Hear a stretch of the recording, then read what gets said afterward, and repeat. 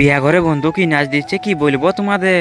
তো চলো প্রথম থেকে বলছি, বিকালে জামা প্যান্ট পরে রেডি হয়ে গিফটটা হাতে নিয়ে সাইকেল চালায়, রাস্তার ভিউ দেখতে দেখতে পৌঁছে গেলেই বন্ধুর ঘর। আর আসে নিয়ে দেখছি বন্ধু পুরা ফ্রি ফায়ার খেলছে, যেমন ফোনটার ভিতরে ঢুকিয়ে দিয়েছে তেমনি মনে হচ্ছে।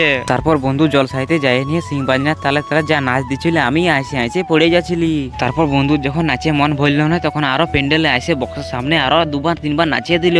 তারপর বিয়া ঘরে লাইট ও প্যান্ডেল ডেকোরেশন দেখতে দেখতে চলে গেলি প্যান্ডেলের সামনে। আর এখানে আসে মনে হচ্ছে এখানে আমরা প্রথম এসেছি, কারণ প্যান্ডেলটা প্রায় ফাঁকাই আছে। তখন আমরা বাইরে বেরাই বন্ধুর সঙ্গে ফটো এবং ভিডিও শুট করতেছিলি। তার একটু পর আরো আমরা প্যান্ডেলের ভিতরে ঢুকে গেলি। তারপরে গিফটটা হাতে নিয়ে কইনাকে না মানে দিদিকে দিয়ে দিলি।